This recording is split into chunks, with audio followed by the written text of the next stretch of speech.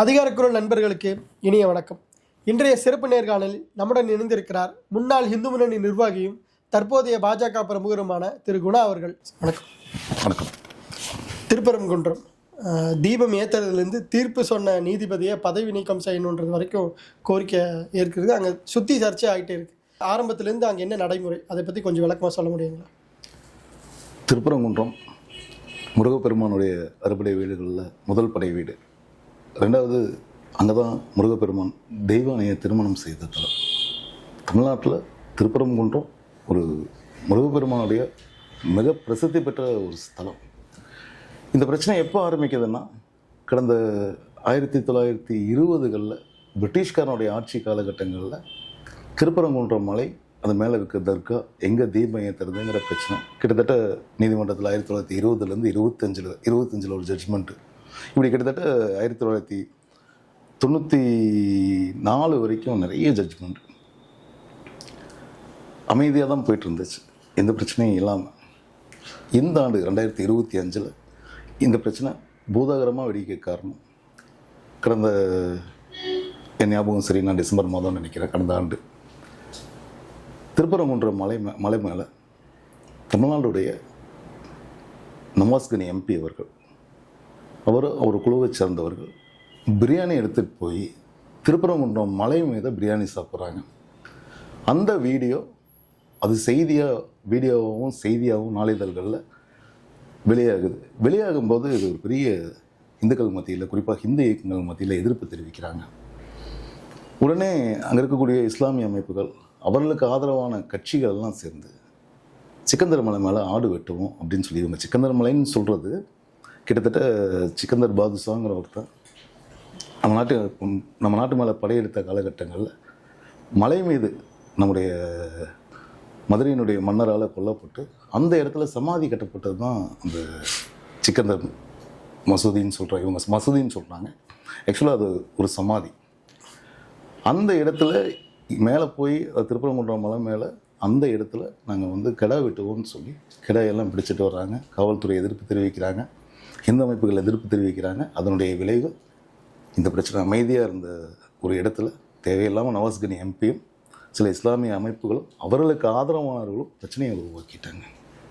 இல்லை, இன்னொரு கேள்வி வருது இல்லைங்களா, இத்தனை வருஷமாக இல்லை, இப்போ எலெக்ஷன் வருது, இந்த சமயத்தில் இதை பூதாகரம் ஆக்குறாங்க இந்து அமைப்பினர் அப்படின்ற ஒரு குற்றச்சாட்டு வைக்கிறாங்க இல்லைங்களா? அது இப்போ போகிறோம் இல்லைங்க, இந்து அமைப்பு இதுக்காக இப்போ போகிறோம் இல்லை. கிட்டத்தட்ட 1980களுக்கு அப்புறம் பல கட்டமாக போராடிட்டு இருக்கோம். நமக்கு பல பேருக்கு தெரியாது, திருப்பரங்குன்றம் மலையில் நீதிமன்றம் தீபத்தூணில் தீபம் ஏற்றலாம்னு சொல்லி கொடுத்த ஒரு ஜட்ஜ்மெண்ட்டை நிறைவேற்ற கோரி இந்து முன்னணி பேரியக்கத்தினுடைய 2வது மாநில தலைவர் திரு ராஜகோபாலன், வழக்கறிஞர் ராஜகோபாலன் அவர்கள் இதற்காக கடுமையாக வேலை செஞ்சார்.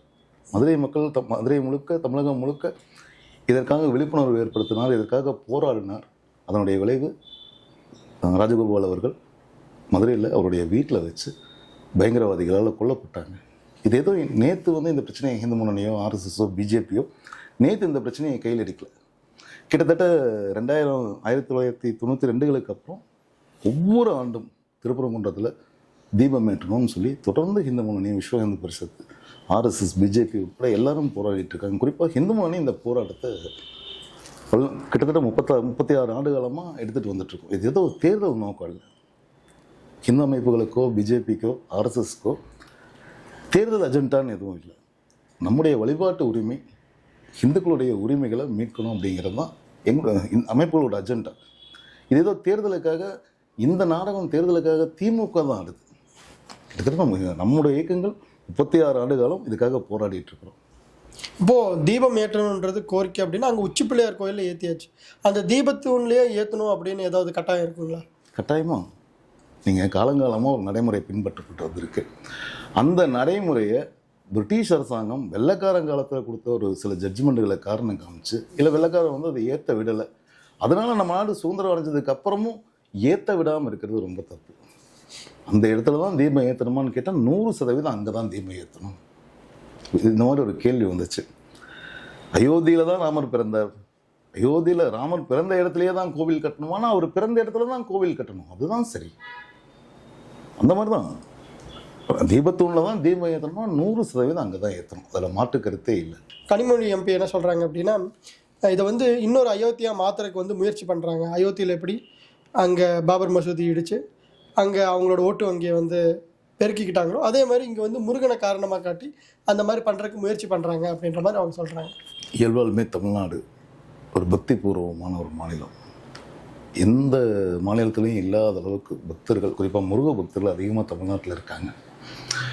கனிமொழி அவர்கள் இதெல்லாம் சொல்கிறாங்க.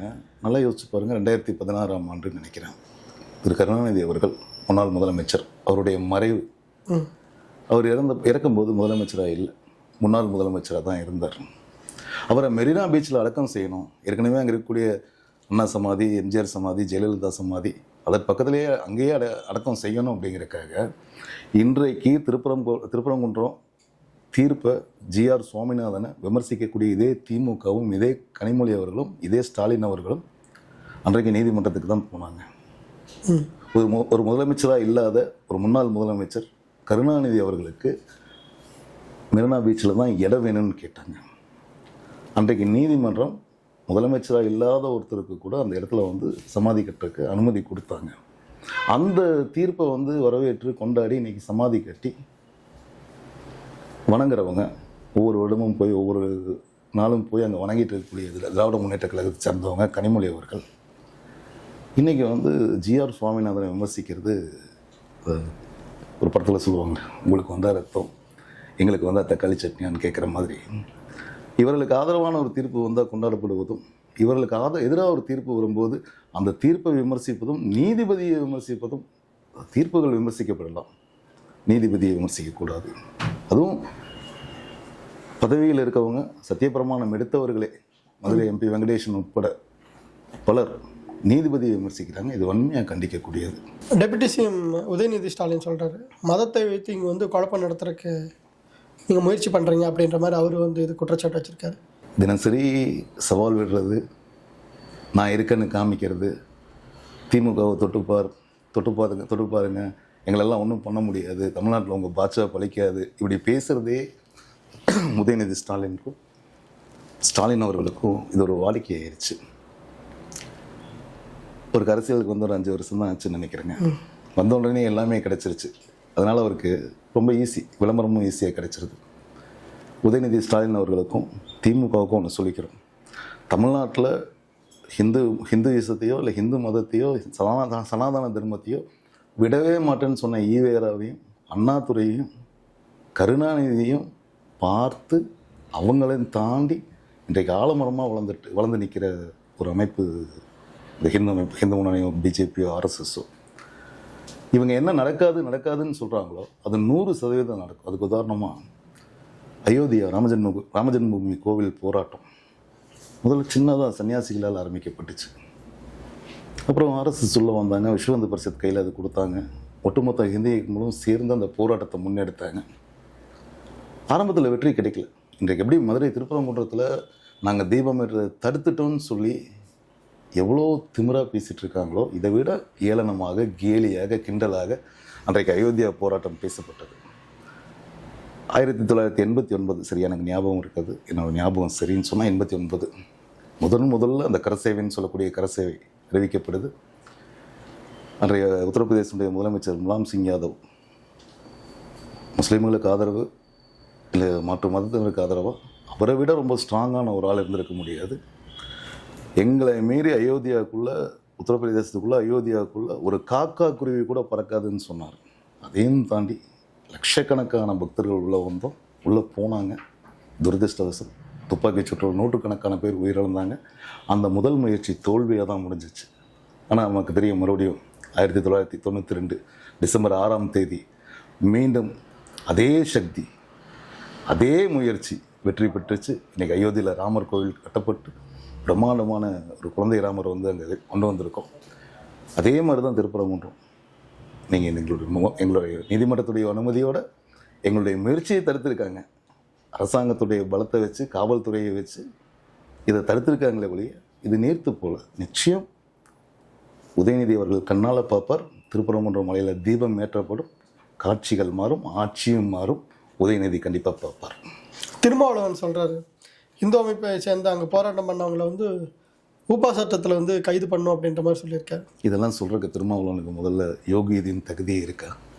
கோயம்புத்தூர் குண்டுவெடிப்பில் குற்றவாளிகளை அறிவிக்கப்பட்டவர்களை விடுதலை செய்யணும்னு சொன்ன திருமாவளவன், பயங்கரவாதிகளுக்கு ஆதரவு கொடுத்த திருமாவளவன், குறிப்பாக கோவை குண்டுவெடிப்பினுடைய குற்றவாளி பாஷா இறந்து போனான். அந்த பாஷாவனுடைய இறுதி ஊர்வலத்தில் கலந்து கொண்ட திருமாவளவன் பயங்கரவாதி. அவர்கள் திருப்பரங்குன்றம் மலையில் போராடினவங்களை பயங்கரவாதியை ஒப்புறதுக்கு திருமாவளவனுக்கு தகுதி இல்லை. திருமாவளவன் தமிழகத்தினுடைய மிகப்பெரிய ஒரு ஆபத்து. எல்லா காலகட்டங்கள்லையும் இந்த தேசத்தினுடைய ஒற்றுமைக்கும், குறிப்பாக நம்ம இந்து சமுதாயம் ஒற்றுமையாக இருக்கிறத ஜாதி ரீதியாக பிளவுபடுத்த தான் திருமாவளவனுடைய நோக்கம். திருமாவளவன் ஒரு கிறிஸ்துவ ஏஜென்ட். அவரை பற்றி நம்ம அவருடைய வார்த்தைகளுக்கெல்லாம் கவலைப்பட வேண்டியதில்லை. செல்வ பெருந்தகை அதே குற்றச்சாட்டு தான் வைக்கிறார், மத மோதலை உருவாக்குறதுக்கு முயற்சி பண்ணுறாங்க அப்படின்னு. செல்வ பெருந்தகை அப்புறம் நானே இருக்கேன்னு காட்டிக்கணும் இல்லைங்க. ஏன்னா காங்கிரஸ்னு ஒரு கட்சி இருக்குது, நாங்களும் சில சட்டமன்றத்தில் எம்எல்ஏக்கள் இருக்கோம், எங்கள் கட்சியும் இருக்குது அப்படின்னு சொல்லி காமிக்கணும். இன்றைக்கு மத மோதலை ஏற்படுத்துகிறோம் அப்படின்னு சொல்லக்கூடிய இதே செல்வ பெருந்தகை அன்றைக்கு நவாஸ்கனி எம்பி மேலே போகும்போதோ, அன்றைக்கி பிரியாணி சாப்பிடும்போதோ இவங்கெல்லாம் வாயில் விரல் வச்சுட்டா உட்காந்துருந்தாங்க. நீதிமன்ற தீர்ப்பை அமுல்படுத்துறதுக்காக போராடுனா அது மதவாதம். ஆனால் இந்துக்களுடைய நம்பிக்கையான ஒரு திருப்பரங்குன்றம் மலை மேலே பிரியாணியை எடுத்துகிட்டு போய் சாப்பிட்றதுங்கிறது எந்த வகையில் நியாயம்? அன்றைக்கெல்லாம் செல்வ பெருந்தகை எங்கே போயிட்டாரு? வாடகை கொடுத்துட்டாரான்னு தெரியல. இந்த விவகாரம் திமுகவினரால் ஏன் பெருசுபடுத்தப்படுதுன்னு நீங்கள் நினைக்கிறீங்க சார்? 2 சம்பவம். ஒன்று வந்து நமக்கெல்லாம் தெரியும், நவம்பர் மாதம் டிசம்பர் மாதம் வந்தால் தமிழ்நாடு வெள்ளைக்காடாக மாறிடும். குறிப்பாக சென்னை எப்பவுமே வெள்ளைக்காடாக மாறிடும்.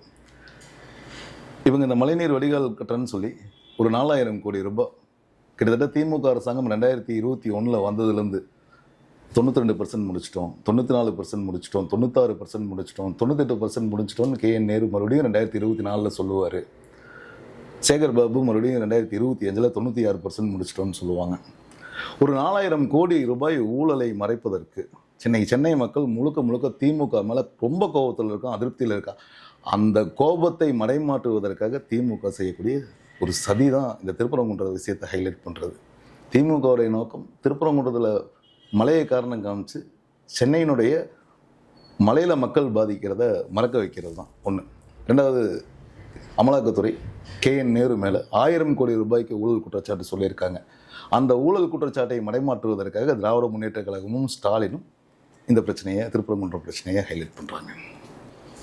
அடுத்ததாக இந்த தீர்ப்பு வழங்கிய ஜஸ்டிஸ் சுவாமிநாதன் அவர்களை வந்து தகுதி நீக்கம் செய்யணும் அப்படின்னு சொல்லிட்டு திமுக எம்பிக்கெல்லாம் போய் சபாநாயகர்கிட்ட மனு கொடுத்துருக்காங்க. வடிவேல் படத்தில் ஒரு ஜோக் ஒன்று வரும், யாருக்கிட்ட கேட்குற, அண்ணங்கிட்ட தானே கேட்குற, கேள்றான்னு சொல்லி. அந்த மாதிரி சமீபத்தில் நமக்கெல்லாம் தெரியும், டெல்லியில் ஒரு உயர்நீதிமன்ற நீதிபதி அவரோட வீட்டில் கட்டுக்கட்டாக பணம் இருந்து அதை மத்திய அரசுடைய நிறுவனங்கள் நடவடிக்கை எடுத்து அவர் மேலே நடவடிக்கை எடுக்க போகும்போது இதே திருமாவளவன் சார்ந்துள்ள இந்தி கூட்டணி, இதே திமுக சார்ந்துள்ள இந்தி கூட்டணி அவர் மேலே நடவடிக்கை எடுக்கக்கூடாதுன்னு சொன்னாங்க. இன்றைக்கு நீதிபதி சுவாமிநாதனை விமர்சிக்கிறாங்க. சரி, முதல்ல திருப்பரங்குன்றத்தில் தீபம் ஏற்றணும்னு சொல்லி தீர்ப்பு கொடுத்தவர் சுவாமிநாதன். இவங்க அப்பீலுக்கு அதே மதுரை உயர்நீதிமன்றத்தில் அப்பீலுக்கு போகிறாங்க. மற்ற 2 நீதிபதிகள் அவர் கொடுத்த தீர்ப்பை உறுதி செய்கிறாங்க.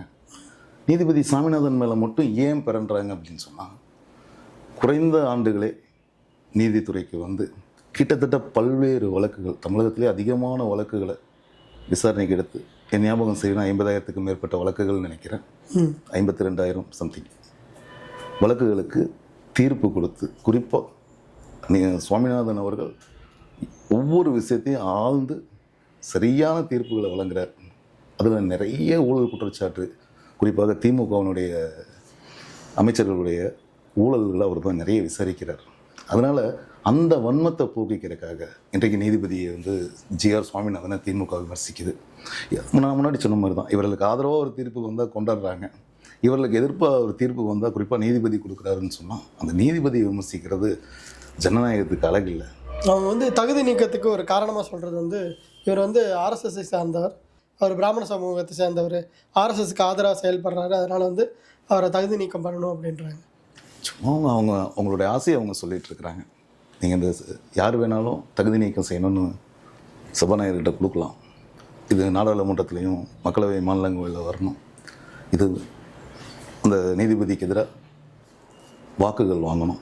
அதுக்கப்புறம் தான் அதிகமான வாக்குகள் வாங்கினா தான் அவரை வந்து பதவி நீக்கம் செய்ய முடியும். நாடாளுமன்றத்தில் திமுக அதனுடைய கூட்டணி கட்சிகளுக்கு 100 சில்லறை தான் இருக்குது.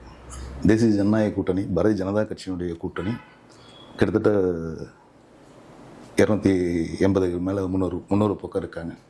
அதனால் நிச்சயமாக இவர்களால் எதை கொண்டு வந்தாலும் அவரை பதவி நீக்கம் செய்ய முடியாது.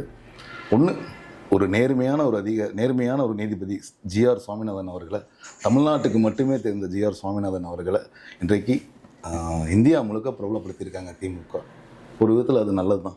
நல்லவங்களை இவங்க எவ்வளோ தான் நசுக்க முயற்சி பண்ணாலும், அவங்களை அழிக்க முயற்சி பண்ணாலும், அவர்கள் திறமை வந்து உலகம் முழுக்க போய் சேர்றதுக்கு இந்த சம்பவம் ஒரு காரணமாக இருக்குது. இதுக்கெல்லாம் என்ன தீர்வு இருக்குன்னு நீங்கள் நினைக்கிறீங்க? எதுக்கெல்லாம்? திருப்பரங்குன்றம் விஷயம் ஒரே தீர்வு தான். ஆக்சுவலி வந்து திமுகவில் இருக்கக்கூடிய இந்துக்கள், அதிமுகவில் மாற்று கட்சிகளில் இருக்கக்கூடிய இந்துக்கள் ஒரு விஷயத்தை சிந்திக்கணும். நம்ம கட்சி வேறு, நம்முடைய வழிபாட்டு உரிமை வேறு அப்படிங்கிற அந்த ரெண்டையும் பிரித்து பார்க்க தெரியாததனுடைய விளைவு. ஒரு சாரர் போராடிட்டுருக்கிறான், இந்த கோவிலுடைய கௌரவம் காப்பாற்றப்படணும், இந்துக்களுடைய வழிபாட்டு உரிமை காப்பாற்றப்படணும். இன்னொரு பக்கம் எதிர்க்கிறாங்க. எதிர்க்கிறவங்க யாருன்னு பார்த்தா இந்த மாதிரி கட்சிகளில் இருக்கக்கூடிய இந்துக்கள். இவர்களுக்கு அந்த ஹிந்துங்கிற சிந்தனை ஏற்படணும். நம்முடைய மதத்திற்கோ நம்முடைய சாமிக்கோ பிரச்சனை வரும்போது கட்சிகளை தாண்டி நிற்கக்கூடிய ஒரு நிலையை வந்து இந்த கட்சிகளை சார்ந்த இந்துக்கள் எடுக்கணும். இதுக்கு தீர்வு ஒன்று தான். நீதிமன்ற தீர்ப்பு நிச்சயமாக அமல்படுத்துவோம். நீதிமன்றத்தை மதிக்கிறோம், நீதிமன்ற தீர்ப்பை மதிக்கிறோம், மதித்து பொறுமை காக்கிறோம். இந்த அரசாங்கம் எவ்வளோ சதித்திட்டம் போட்டாலும், இந்த அரசாங்கம் எவ்வளவு தான் முயற்சி செஞ்சாலும் திருப்பரங்குன்றத்தில் தீபம் ஏற்றுவதை எந்த காலத்திலையும் இவர்களால் தடுக்க முடியாது. அந்த நாள் ரொம்ப சீக்கிரம் நடக்கும். அதனால தான் அவளோட எதிர்பார்த்து காத்துட்ருக்கோம். உங்களோட நேரத்துக்கும் கருத்துக்கும் மிக்க நன்றி. நன்றி.